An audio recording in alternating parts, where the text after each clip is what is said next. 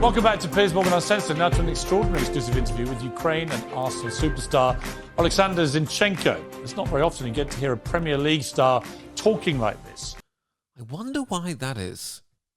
I wonder why you don't get more input on geopolitical situations from people that are employed to kick a ball around on some grass. I wonder why. You don't often... Yeah, you're right, Piers. This very rarely happens. Also, I love the way he's just standing there the whole time like, hey, good afternoon, how's it going? I'm just like doing this. It's me, Piers Morgan. Here I am, guys. Hey, good afternoon. Hey, Piers Morgan, how's it going? Yep, it's just me. How are you guys? Welcome to Uncensored. I wonder why I'm allowed on the TV. Nobody knows. Vladimir Putin's brutal war in Zinchenko's home country of Ukraine has wrecked countless lives. Wow, what an impartial opener. What a fair and balanced interview this is going to be. You just know that, don't you, when they open with Vladimir Putin's evil, heartless war that's killed lots of little babies that were sucking their thumb and trying to eat an ice cream, and then this monster dropped a bomb on them. Like, oh, I wonder. They always call it Vladimir Putin's war. They don't mention how NATO were just sort of crossing red lines that he drew and that are basically responsible for this thing blowing up in the first place. They just make out like Putin's a slavering Rottweiler that's off a chain. They leave out all the provocation and all the stuff that they've done. They make it seem it's so simple, like the blue and yellow are the good guys and the Russians are the bad guys, and that's what we want you to think. You know, boring. But many people with his profile prefer to shy away from talking about such contentious things. He's not one of them. That's a bloody shame, isn't it? Do you know why? You remember the last time this happened? A player called Mesut Ozil spoke out about the fact that there were Muslims in concentration camps in China, and he got fired straight away, even though he's right. You know, but this time it's all good because it's on the establishment narrative, you know, and it's about Ukraine. And all of a sudden you end up on Piers Morgan instead of without a job. It's funny that, isn't it? He's chosen to use his platform to rally support for the people suffering in his homeland and to condemn the people responsible for it. What platform? What are you talking about? You child molester, probably. All those pictures of Gary Glitter and Rolf Harris, etc. Like, what are you talking about using his platform? He doesn't have a platform. He's a footballer. He's supposed to talk about corner flags and throw-ins and the Gengen press. He's out here. Oh, I'm using my... He's not using his platform. He's using your bloody platform. And the reason he's got it is because you're both establishment shills. That's why. He was speaking, of course, in a personal capacity, but he didn't hold back. Alex, thank you so much for agreeing to talk to me. I've wanted to talk to you ever since this war in Ukraine started, and particularly so since you came and joined my club, Arsenal, which I've supported all my life. Oh, doesn't he mention it every 10 minutes? It's not your club, Piers, that I've supported my whole life. Like, it's some incredible thing. I love the way also that Zinchenko's dressed like he's in the army and he's about to cry. What an oxymoron that is. You know what I mean? He sort of sits there with his army haircut, with his army shirt on, pretending that he's not ducking out of the whole thing, just, you know, eating lobster every lunchtime. Right. Because to watch a player like you having to go on a football pitch twice a week with all that's going on back in your home country shows me that you must have incredible mental strength. How difficult has it been for you? Sorry, what? How difficult has it been for you to not be involved in the war? It's been easy.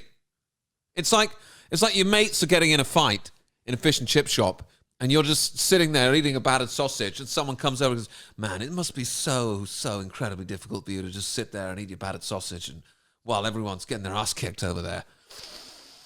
You're sitting there, yes, thank you for asking me that. It is, I am incredible over here, ducking out of it. Well, thanks a lot for this invitation. It's a really pleasure to talk to you, and I tell you honestly, I'll be honest. I'll try to be honest.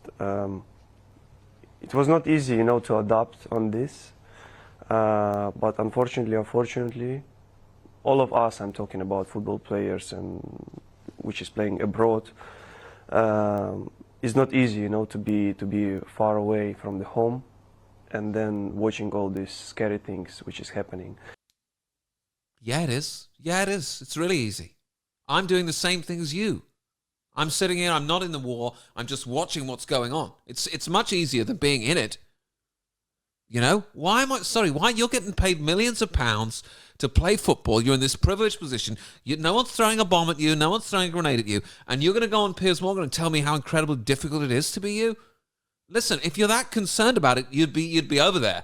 I mean, I don't even think that there's a real conflict going on like we're being told anyway. I think it's all kind of like propaganda. It's certainly not as black and white as we're being made out, like Russians are these murderers and Ukrainians are these poor little waifs and blah, blah, blah, blah, blah. It's an incredibly corrupt country, Ukraine. There's a lot of Nazis over there, you know, and NATO's been encroaching on Russia's territory for a long time, and Russia said, look, basically Ukraine is the sort of the line in the sand. If you cross over this, it's over. And they kept pushing, and now they're in there, and they're like, right, we told you this was going to happen. We're not allowing basically an enemy military power right on our border, which is what the NATO were trying to do. But of course, it's all sort of made up, and you know, none of it's real. That's why it's on Piers Morgan. If it's on Piers Morgan, it's not real. It's not what you're being told. This is an establishment mouthpiece. But you know, for him to try and like almost cry, he's always crying, this guy. He's always cuddling people. He's always crying like we should feel so sorry for him. It's like, dude, you live an incredibly privileged life. You're a professional footballer. I don't feel sorry for you at all. But I remember quite well first couple of weeks that I just lost my head. I didn't know where I am. I didn't know where I'm driving to. Do you remember when this guy said, listen, I'm going to be really honest. I'm going to be honest in this interview. Now he's like, when it first happened, I didn't know where I was. I didn't know where I was. I watched the news and it said Ukraine and I was like, oh, am I in a nightclub? Am I in a fishery? Is this my mobile telephone or a trout? Well, you didn't know where you were. That's how much the news impacted you. You didn't know where you were. You're trying to tell me that some Russian guy rolled like a gas grenade under the door of your 5-star hotel? And you're, they're attacking me. This guy, he's being so honest, this guy. He's being so... To the training ground or where, I didn't know, honestly. I was like in the space. I couldn't believe that this has happened. And, but in the end, you know, there is two options. You just keep being in the space, or you have to do your best to help your country, to help Ukrainian people. You know, the way he's dressed is so important to the PSYOP because he's dressed like he's in the military and he's crying like he's actually in a war. And this is all designed for you to just think, oh, Ukraine is so unfortunate and they're so the good guys and we feel sorry for them. You know, he's dressed like he's a soldier. He could easily be wearing like, you know, a pink Looney Tunes t-shirt. You know what I mean? And if he was wearing a pink Looney Tunes t-shirt and, you know, like a cowboy hat, and some those glasses, you know, with a straw that goes up to a can of beer. He could easily be wearing all of that, and it would be exactly the same. He could wear that stuff if he wanted to, or he can dress like he's on the front lines and I'm sorry, Nitin. It's hard to be Ukrainian, and when it first happened, I turned blue and pink on one side, and everyone was like, why has he turned the color of a lollipop? And it was because what's happening in Ukraine is so bad, and the Russians are so evil that popping candy started coming out of my ears, and nobody knew why. I'm being so honest with you. As much as you can, you have to represent your country in the best way you could. So this is the conversation was between all of us, broad players, which is playing for the national team, and obviously that was my decision to carry on, to do my best, and to help as much as I can, because I know that will be much more helpful to my country and to the people from here rather than being there. Oh, yes. Well, that's only true if there's not really a war going on, which I don't think there is, so it's probably true what he said. But you mean to tell me that there's a Ukrainian general somewhere looking at a map and going, well, what we really need is someone to be playing professional football in North London. That would really help us in this conflict. If we can just get a professional footballer in North London, we can hold back the Russian team. But I really want to be there. When did you know that Russia had invaded your country? Well, it was a deep night. I was sleeping because I had session in the morning, and my wife suddenly woke me up and she said, it started. I said, what started? She was crying, you know, like full in tears, and I, what started? What's wrong? And she just showed me the videos, the pictures of this invasion. So that's how it all started, and that's how I... Obviously, you know, if you look at a bit back, Let me get this straight. So the war started at 3 o'clock in the morning, and your wife was just up at 3 o'clock in the morning watching the news, and then she woke you up in the middle. Oh, Zinchenko, Andre, look, so it started. Like, that's what you're asking me to believe happened? She was up at 3 o'clock in the morning watching the news, and she woke you up in the middle of the night. You didn't make up this story to try and make it seem dramatic. Cool. Okay, sure, yeah. Look, let me be clear. Some of the people still think, or they still talk, that this is a conflict between two countries, but this is not conflict. This is a proper war, right? And this war started in 2014. Wow, right. This is such a hot take. So I wonder why they don't let professional footballers talk about this stuff on the TV much. When I was like 17 or something, right? And I couldn't even understand what's going on. And they took Crimea and Donbass without any resistance. And you were playing at Shakhtar Donetsk Yeah. at the time, and you couldn't play, right? Well, all Shakhtar moved to the other city, but I had another story, football story, which we can speak later a bit, but I'm talking about just the general invasion. And they took Crimea and Donbass without any resistance in 2014, and no one could understand what's obviously happened. And then obviously in 2022, since the main invasion across the whole Ukraine, it's scary, to be honest. It's scary. I still cannot understand for what, to achieve what. Well, it's actually pretty simple. You see, NATO have been sort of trying to provoke the Russians into war for a long time by sort of gradually sort of moving the NATO alliance closer and closer to the border of Russia, which is something that Russia has always said it won't tolerate. Russia's always said, look, I'm not having a hostile military presence on my border. So if you want to have this NATO thing, fine, you want to have it over there. But if you start encroaching over here, I'm not going to have it. And NATO have just been pushing, say, oh, we're not going to do that. And then they just keep breaking the agreement and pushing and pushing and pushing. So, you know, if you don't understand that, you really shouldn't be on the television talking about it. I mean, what is the purpose of the interview? For him to say, I don't know what's going on, but my wife once woke up in the middle of the night and was crying. I wonder why they don't let professional footballers talk about this stuff more. I mean, it was terrifying to watch it, and I'm not Ukrainian. I can't even imagine what it must have been like for you and your family to watch your country being illegally invaded and in such a brutal, barbaric manner. Just to give you, my viewers, the real sort of in-depth look at the situation, these guys are talking about how horrific it has been for Ukraine and Kiev, etc. So what I'm going to do is I'm going to play some live footage from Kiev, capital of Ukraine, while this brutal and horrible war is going on in the background, just to really sort of punctuate what these guys are saying so you can really feel how horrible and awful it really is. And so you can really, when you look into Zinchenko's eyes, you can see how genuine he's being. I just want to, there's any viewers that don't want to see war zone footage, that are squeamish, I advise you to look away now.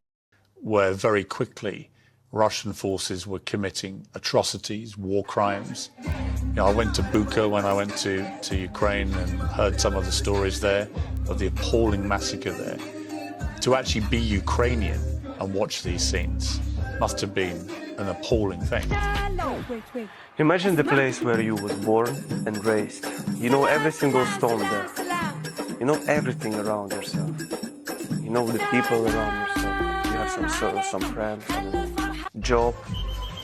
And then one day, someone from the other countries with the guns coming there, destroying everything around, raping your woman, kids, killing men, and then leaving, stealing everything around, everything what you achieved, what you bought before, for no reason. You reckon in 2022 this is possible? It is. And, you know, using these kind of opportunities to talk to you, I would like just to send another message to the rest of the world. I know some people will forgive. I know this. But why it's so important to keep going, to keep pushing, to be together, to stick together, and to win this terrorist invasion,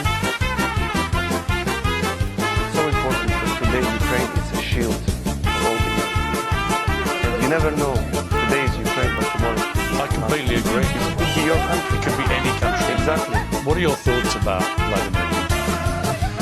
I don't want to even say his name. I don't want to even say his name or to talk about it. It's incredible.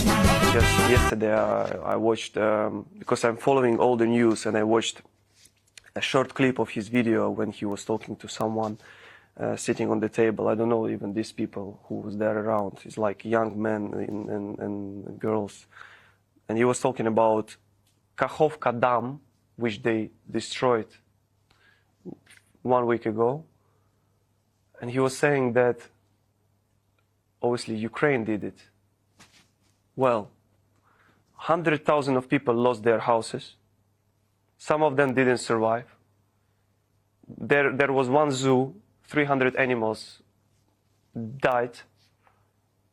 And everyone was talking about Ukrainian counterattack. I'm talking about army. And then he was saying, in the video, he was saying Ukraine did it because they were planning to do counterattack. And then this dam makes them so slower. And like, you're just trying to put it in your head. Well, you are Ukrainian army. You want to do counterattack. And you destroying dam to make your counterattack slower. And you don't understand that. You can't get your head around that. Wow, man. Do you know what? It's almost like you don't know anything about fighting a war. It's almost like you know about kicking a ball, and I can't get my head around military tactics. Of course you can't. Of course you can't. It's like being like, they say that the brain surgeon cut this part of the brain, and I don't understand it. I don't know anything about brains. So to me, I don't know how to do brain surgery, and I can't understand why I don't. Because you don't know anything about it, dude. The reason why you're struggling with this is because you don't know anything. You don't know about whether or not what Putin said is true. You don't know about what's going on the ground in Ukraine, because you're sitting there talking about how it's this terrible war zone, etc. Meanwhile, everyone's in there having some McNuggets. Makes no sense. And he's just saying this. I was like watching, no, I need to watch it again. Maybe I didn't hear properly. So he's lying to himself. He did, I don't know. Alexander, do you think there's a slight chance that Putin might know more about what's going on in the war than you somehow? Do you think that he might have better intelligence than you? Just maybe. Do you know what I'm saying? Do you reckon that might be the case? I mean, I don't understand because I have watched the news and they tell me what's going on, so I know more than Putin. I know that there is a proper propaganda. I know because I had experience to playing there, but I never followed the news or whatever. But honestly, like if I had some circle when I was playing there, now this circle became to zero because I don't understand people. Well, I was going to ask you, you went and played in the Russian Premier League for 1.5 seasons. Yeah, and you did that because of what was happening in the Donbass, and your family moved to Russia. And you're Russian speaking, of course. You must have made lots of friends in Russia. Are any of these people still friends of yours, or have you had to... Not a lot, to be honest, not a lot. Well, I know that I had this experience in my life, right? And some of the people from Ukraine, they don't like it, obviously. And to be honest, at the moment, me too, right? But I'm a human being, and I understand one thing, that I would like to say again, thanks to FC Ufa for everything what they have done. The Russian team that you... Yeah, where I played, yeah. But that's it. Wow, what a powerful message. Listen, I'm a human being, so what I would like is for nobody to treat Russians like they're human beings, because I'm a human being, except for the Russians that gave me money. They're okay, but everyone else, screw them. Okay? We should just be... Every Russian person is bad now because of what the news says. And we should just cut them all off and not be friends with them. I'm a human being, except for the ones that gave me money. To them, thanks. We've seen some Ukrainian athletes, sports people, now refusing to shake hands with either Russian or Belarusian athletes. How do you feel about that? If you had to come up against a team that had a Russian player, would you shake their hand? No chance. What a role model. What a guy. So it's just Russian people are scum and Ukrainian people are fantastic. That's what's going on, guys. That's the full story. It really is that simple. And all Russian people should be shunned, and all Ukrainian people should be celebrated, because the Ukraine as a country have never done anything bad. They've never been involved in human trafficking, bioweapons labs, none of that stuff. They're just amazing, and Russians are just horrible. And that's really what's going on, because it's on Piers Morgan, so you know it's true. No chance, because I would never accept their reaction. Honestly, I have to be honest. Do you think it's cowardly, the lack of reaction? I totally agree with this reaction. It's not even, it's impossible. It's not. There's no point to even explain it. The things. Look, you can say, well, but they didn't do anything against us or something. Yes, they did. They did. How and what? They didn't react. Look, they have followers behind them, millions of followers in social media or wherever. They have a lot of chances to speak out to the people which is following them. And if you have, let's say, 10 million followers in Instagram, and you post some, I don't know, one picture like "stop it," just, black phone, stop it. Some people from these 10 million is going to follow you. They're going to spray this as well to someone else. And it will work in the end. Thank you, General Zinchenko. How to end the war. If you have social media platform, post, stop war. And eventually war will stop. On TikTok. That's how you win wars. You create social media post, Facebook, Twitter, live stream, and you say, please stop war. If you have a lot of followers, the tanks, they will hit the brakes. Jeez. Wow. I wonder why they don't let footballers on to talk about this stuff. I wonder why. But if no one is going to speak out because they're scared, I'm so sorry. I'm so sorry. Don't ever call us brothers or whatever, like they did it in the past. Never again. That's my. Wimbledon tennis, for example, has just said they will allow Russian and Belarusian players to play this year, having banned them before. Do you agree with that decision? No chance. You think they should just no be barred? chance. I don't agree. I don't agree. On that, I'm one of the Ukrainians which don't like to see them on the highest level in any sport. So they should just be exactly. And do you think both countries, Russia and Belarus, for sure, 100%, they shouldn't be allowed to compete? Shouldn't be allowed. Well, I'm convinced. You are so the good guys. You definitely are. Anyone who's Russian shouldn't be allowed to earn a living. Should they be allowed to eat food, Alexander, in your opinion? Because you're so clearly the good guys. Should they be allowed to own pets? Can they have a fish? Why? Because how many bombs and rockets been sending from Belarus? How many? Listen, I'm not political. I didn't understand anything about it. Then why are you on a politics show talking about it when you all admit, like, listen, I don't know anything. Listen to me. I don't understand, and I would never understand it because this is not my area. But this is not political. It's life and death. This is war. And they're talking about don't put politics in sport. This is not politics. This is war. Guys, you don't do anything to be, I'm not saying on our side, on the justice side. Idiot, who says that you're the justice side without politics? It's like, I don't want to get political, but all Russians are bad and they should be banned and they're the bad guys. I'm not political. But all Russians are terrible people and should have terrible things happen to them because my side says so. But I'm not political. And by the way, I don't know anything. Extraordinary passion and eloquence from Alexander Zinchenko. Uncensored next exposes second half of our interview, where I ask him, can Ukraine win the war? And if it came to it, would he himself go to war? What is he, waiting until it's over to decide?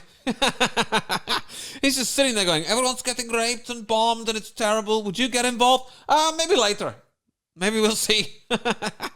It's not time yet. I still have to make millions of pounds. It's better for my country to be here. But we should throw all the Russians in the river wherever they live. Thanks a lot. Listen, part 2 to this interview coming up. You know what to do. Hit the link in description. Subscribe to the channel. Support me financially. Otherwise, these videos will disappear. You know you want to. All right, see you in the next video. Bye.